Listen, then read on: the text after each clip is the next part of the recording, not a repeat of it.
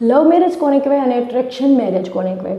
જી હા, જનરલી તો આપણે શું વાત કરતા હોઈએ છીએ કે લવ મેરેજ અને અરેન્જ મેરેજ. મોસ્ટ ઓફ આપણા સમાજમાં લવ મેરેજ અને અરેન્જ મેરેજની જ વાત થતી હોય છે, પરંતુ આજે આપણે વાત કરવાની છે એ લવ મેરેજ અને અટ્રેક્શન મેરેજની છે.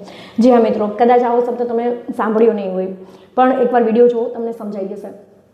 કોઈ વ્યક્તિ તમને પસંદ કરે છે, તમારી બ્યુટી જોઈને પસંદ કરે છે, તમે સારા દેખાવ છો એટલા માટે તમને પસંદ કરે છે, અથવા તો તમે બહુ પૈસાવાળા છો એટલા માટે તમને પસંદ કરે છે. તો આ એક જાતનું અટ્રેક્શન છે. સામેવાળી વ્યક્તિને તમારું આકર્ષણ છે એટલા માટે તમને પ્રેમ કરે છે. અને લવ મેરેજ, લવ એટલે કે હકીકતમાં આપણે કહીએ છીએ કે પ્રેમ, બરાબર. આજના આપણે જાણીએ છીએ કે બહુ પ્રેમનો જે પરિભાષા છે એ બહુ આપણે એટલી બધી ખરાબ કરી નાખી છે કે લવ શબ્દ આવ્યો છે જ્યારથી ત્યારથી. પરંતુ પ્રેમ, તમને ખબર હશે કે રાધા અને કૃષ્ણનો પ્રેમ હતો. કૃષ્ણએ રાધાને પ્રેમ કર્યો હતો અને રાધાએ કૃષ્ણને પ્રેમ કર્યો હતો.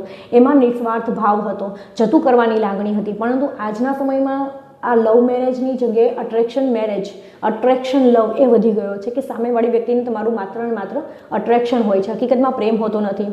પ્રેમની ખાતરી કરવી હોય તો સામેવાળી વ્યક્તિને કહી દો, મને કશું આવડતું નથી, હું કંઈ કરીશ નહીં, બસ તારે મને બેઠા બેઠા ખવડાવવાનું છે.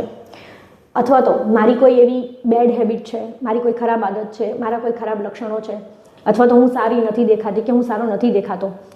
આ વસ્તુને જ્યારે સામેવાળી વ્યક્તિ એક્સેપ્ટ કરે કે કશો વાંધો નહીં, તું જેવી છું, તારો સ્વભાવ જેવો છે, અથવા તો તું જેવો છું, ગરીબ છું, દેખાવડો નથી, જે છું તે, એ વસ્તુને એક્સેપ્ટ કરીને જો કોઈ તમને પ્રેમ કરે તો એને કહેવાય લવ મેરેજ, અથવા લવ, હકીકતમાં સાચો લવ. અને એ લવ ઉપરથી જે તમે મેરેજ કરો છો એને કહેવાય છે લવ મેરેજ.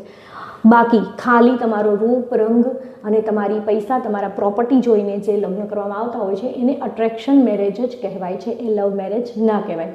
જો વિડીયો સારો લાગે તો લાઈક કરો, કમેન્ટ કરો અને ચેનલને જરૂરથી સબસ્ક્રાઈબ કરો.